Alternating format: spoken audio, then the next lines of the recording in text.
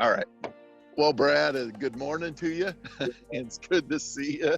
Good morning here. It's almost, well, no, I guess it's mid-morning there in Florida, and I'm glad you jumped on. We've been trying to put together a list of just content that people out, looking for content online, getting to know our team, getting to know the people we work with and trust, and hitting different areas, pornography, even disaster relief and some other places. And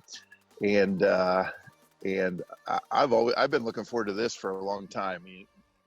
You and I go back about 10 years now. We met a little over 10 years ago this year.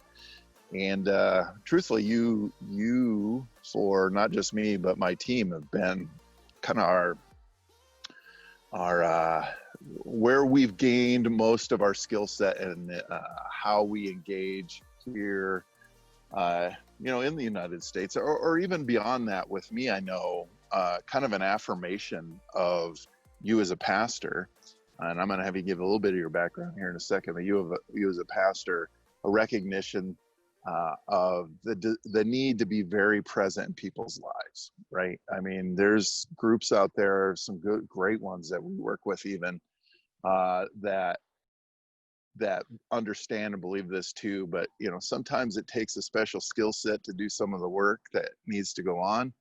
But most of the time, being very present in people's vulnerable situations goes even further to gaining that trust and helping. And I could do that, right? I mean, the skill set you've taught me, I've had to hone and learn and grow. And even then, it's always a work in motion. But pastorally, being present in people's vulnerable situations trips my trigger, and I know it does you too. And I think ultimately that's what works the best. And so I enter all this to say thank you for that, for teaching me skill set, but also affirming that side that I already was inclined to be and do. And it was really important to me coming back from India. But you, Brad, have your hands in 100 different things. We're proud one of those things you're involved with is Free, as our National Search Director. Can you give us a little bit of your background, kind of the different areas you set your hand to and what each of those areas kind of focus on? Oh, that could take up to 20 minutes. That's the truth. That definitely could. So I guess really quick, I am retired military, Navy. Spent my time in the Navy and the military doing intelligence work, some cryptologic work. And along the way, got reintroduced to the world of search and rescue, and kind of really got started with that back in right at around 1989. Where that's when I kind of got back into it again.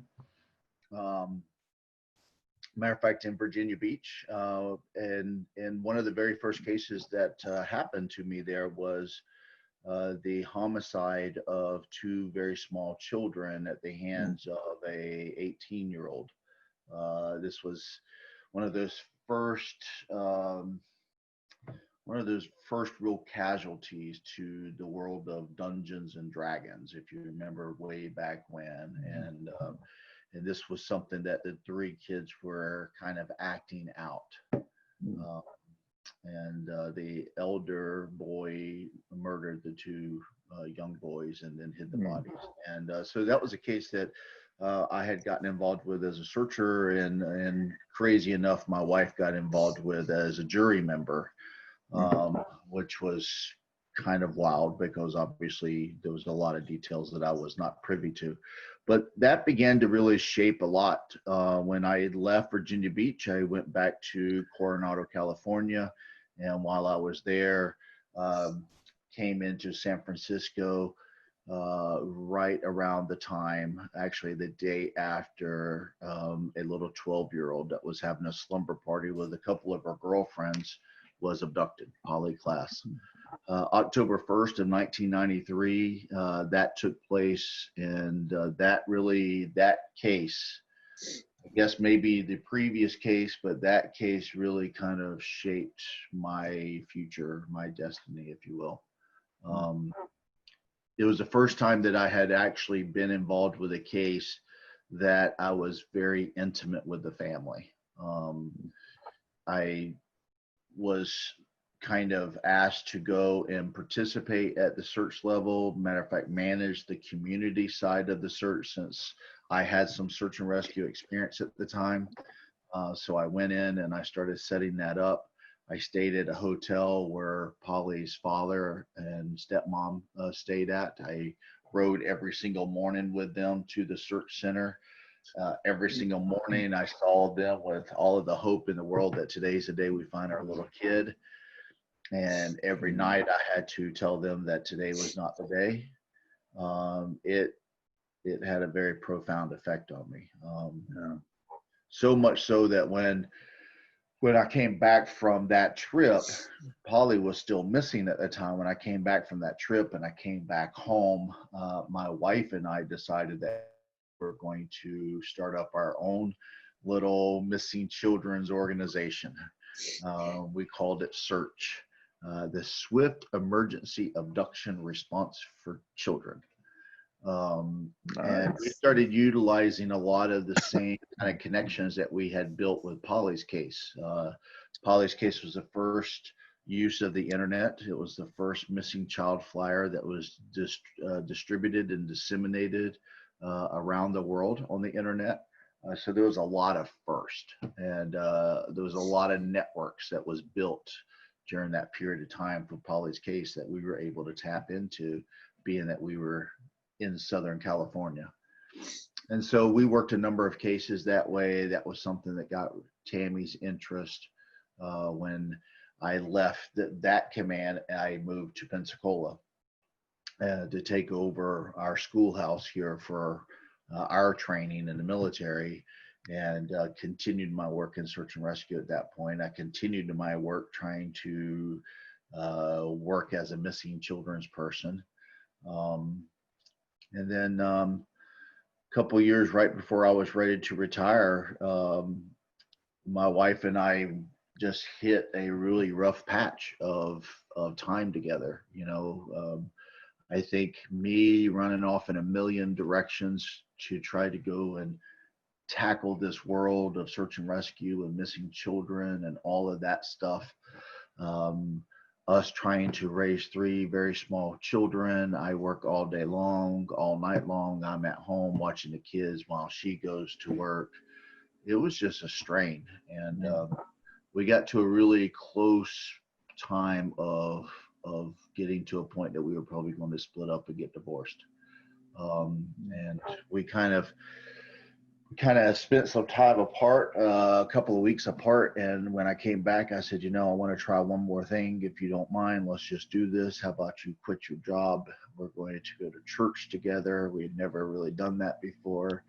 And let's just try to rebuild this family. And if we can't do it, then we stop. And obviously, God was the answer that we needed in our family and in our relationship. Everything changed at that point for us. We began to grow so much closer together. I had already given up search and rescue, was not going to do it anymore.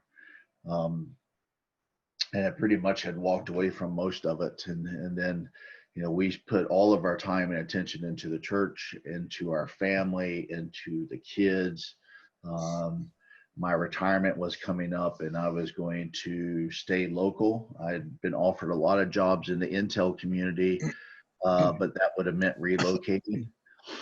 My twins were seniors in high school. You don't want to relocate on that. So I'd made a determination that I was going to go into the sheriff's office. And so I had gotten my appointment to go into the academy once I retired. And Mark Class calls me out of the blue. I hadn't talked to the man in years. And he calls me up out of the blue and he says, I want to try something new. I want to build a search center for missing children. I want you to fly around the country and basically run searches for kids just like you did for us. And that was kind of my reintroduction back into that world. Wow. Yeah, and so in coming out of that, I mean, obviously you've been doing that. What year was that? When did you get back involved with Mark? 2003. So we're pushing 20 years on that now. 13, 20, 30 years on that. What'd you say? 2003? No. All these years go together in my head. I know.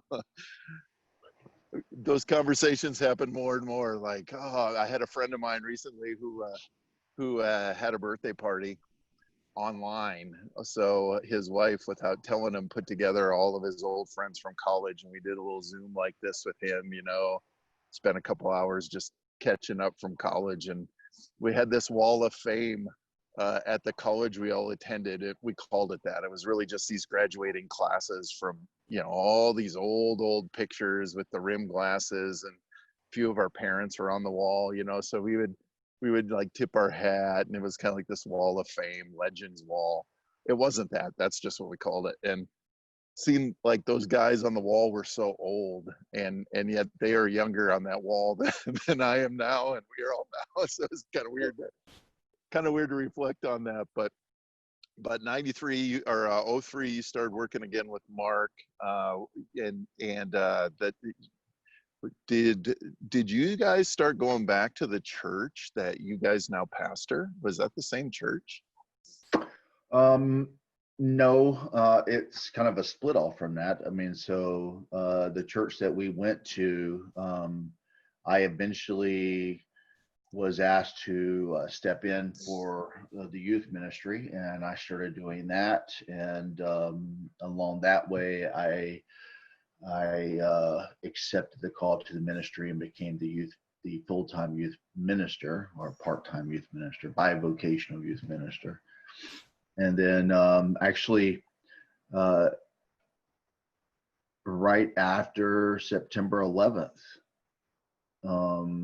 that same weekend actually was the week that my pastor and myself and a number of the families, how churches are, and sometimes they go through those splits, and we went through one of those splits at this church. And so we separated and went over and started this new church called Eden Fellowship Church. And so that was that 2001, right? So 2001 we started that. You've been pastoring at one level or another ever since then over there. Yep. That's amazing.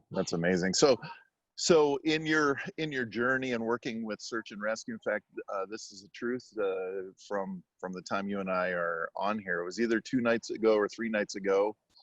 I had multiple texts from people who don't know each other all around the country talking about how the Polly Klaas case was on TV again, and they were watching that. And I know that comes around a lot for many of the reasons you even talked about, just all the different things that have come out of that, and the case itself was compelling.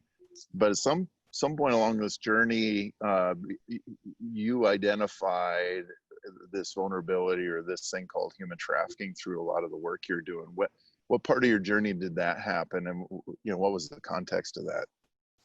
So the context of that was 2004. So this was a year after my retirement, 1 year into working as Class Kids. We have a missing child in the area. I'm still a youth pastor. I'm actually a youth pastor outside of, still associated with one of our old search and rescue teams.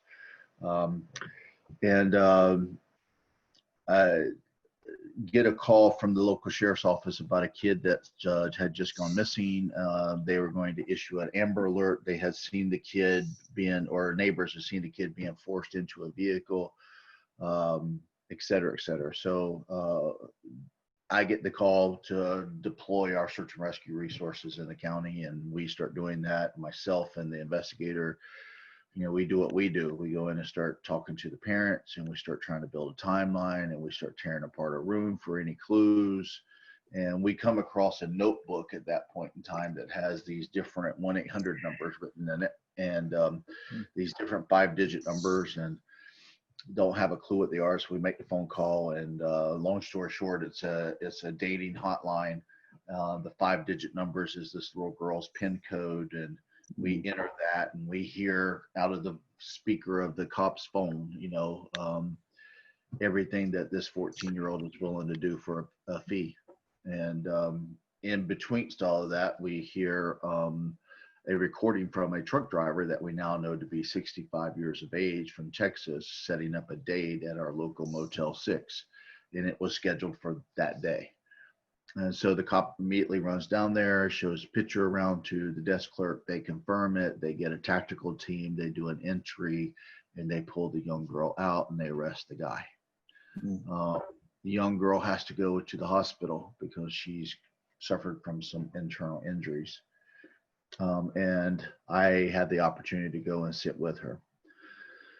It's really not an opportunity to go sit with her. It was more of a requirement, a job description, because she was not just a nebulous person out there that I had no clue about until that day that this happened, kind of like a poly class.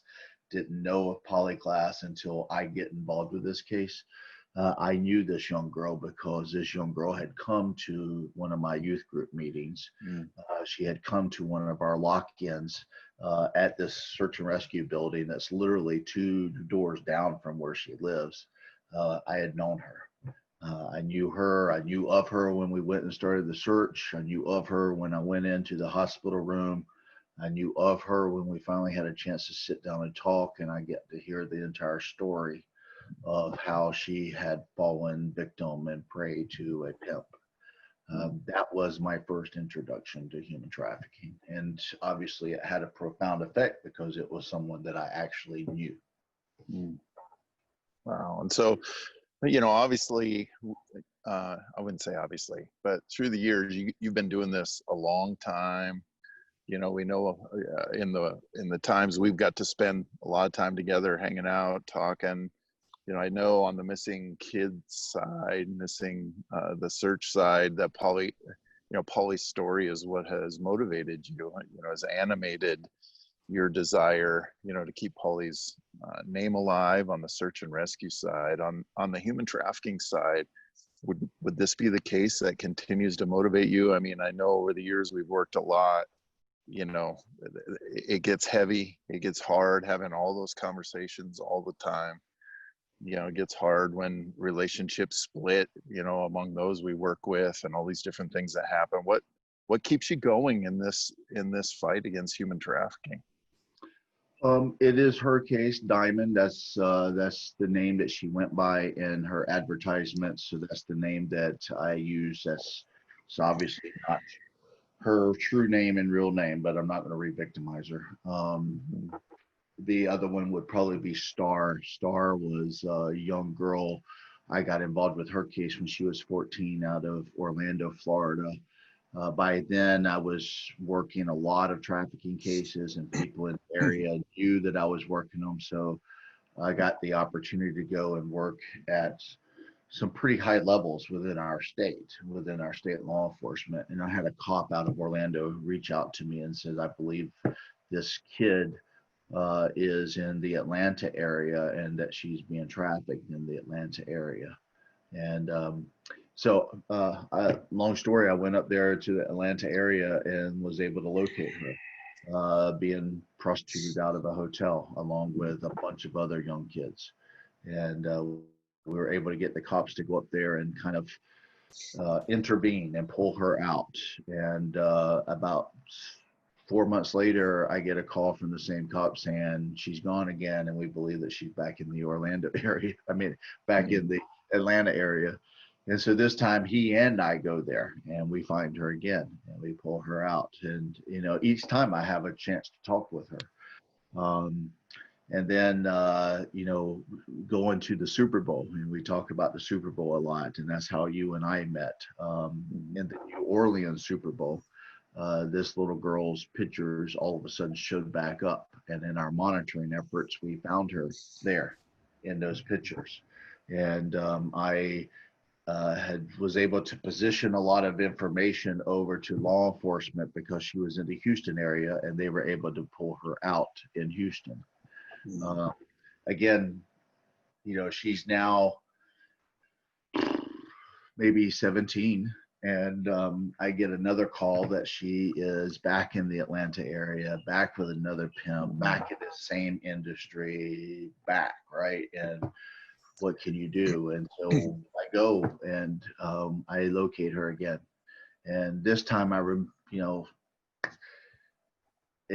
this time we were sitting in the back of an FBI agent's vehicle, and I was talking to her, and she said, "Brad, would you please stop trying to find me? Mm. This is what I was meant to do." Mm. Um, and that was such a sad, sad moment. And obviously, I told her that was not true, and we had a very long conversation and a talk. And as we left, she cussed me out, and she says, I don't want to ever see you again, and I don't want you to ever try to find me again. And about, I want to say probably about 7, 8 months later, out of the blue, I get a text message from her, and it's her just reaching out and wanting to talk, and that we were able to continue to communicate. Over the years, every once in a while, she would do the same thing, and she always came from a different phone number, but she always remembered mine. Mm. And so, where is she at today? I truly don't know. The last time that I was able to track her down, she had been arrested in California. I don't know what her life is right now, but I know that if I hadn't continued to do what we were trying to accomplish and do, even if at one level I failed, at another level I still gave her someone that she could reach out to. Mm. And so That's yeah, huge. Yeah, no, that's huge. Going. That's huge. I know, just especially since this virus came down, I have a handful of young ladies we've worked with here in Las Vegas who've reached out to us again. And statements that have been made over the phone there is, I didn't know what to do, but I trust you guys, right? And I think that whole relationship and that trust building.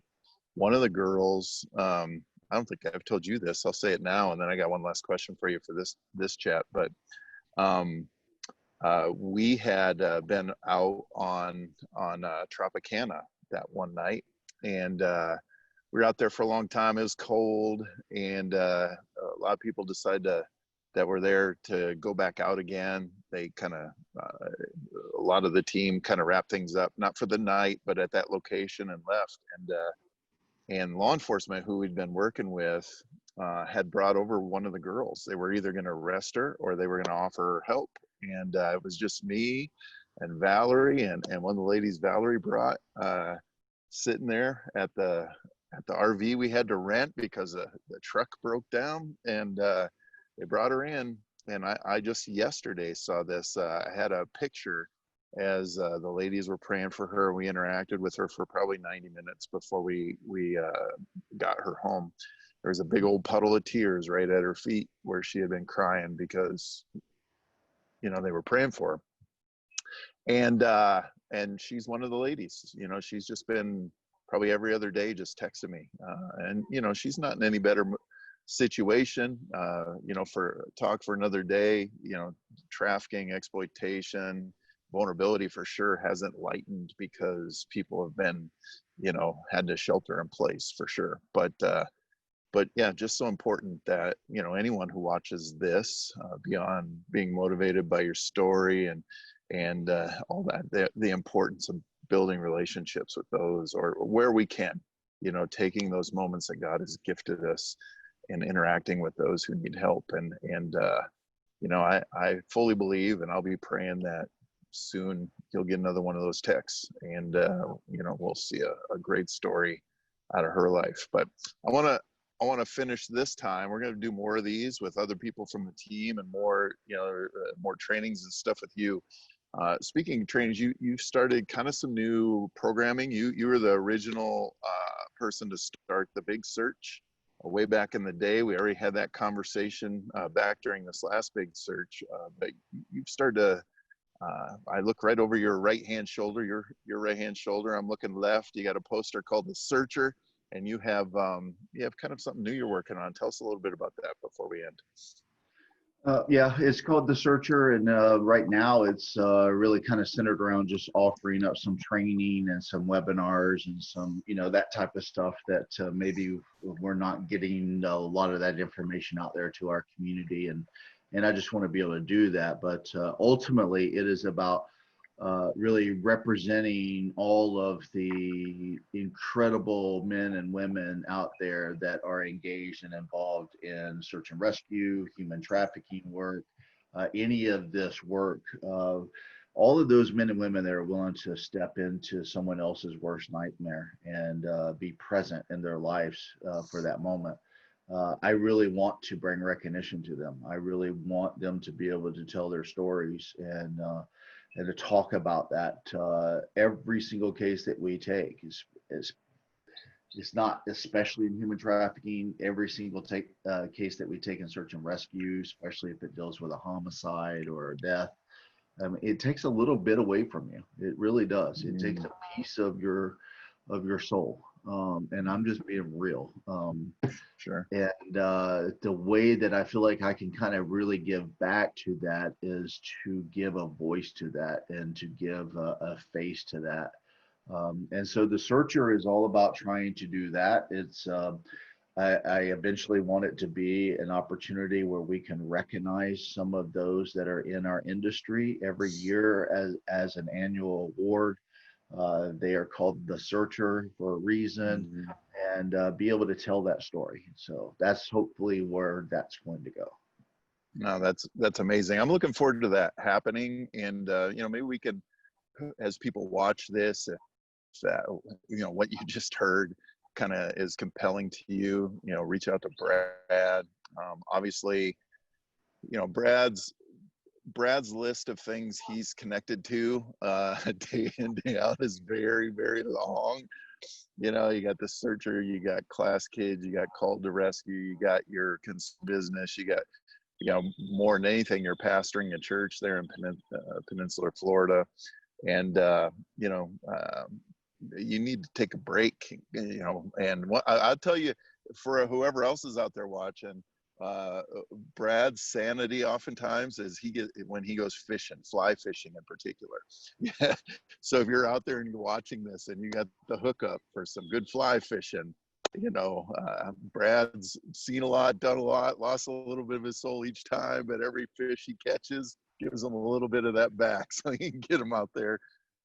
Brad, I love you to death. You know that. We'll do this again. I thank you for taking part of your morning for us to chat about kind of what motivates you and where you came from in this. A lot of trainings, a lot of things going to be happening for those who are paying attention and want to watch online. But how can people connect with just a few of the different things, connect with you in a few of the different unique areas, overlapping but unique areas that you work with?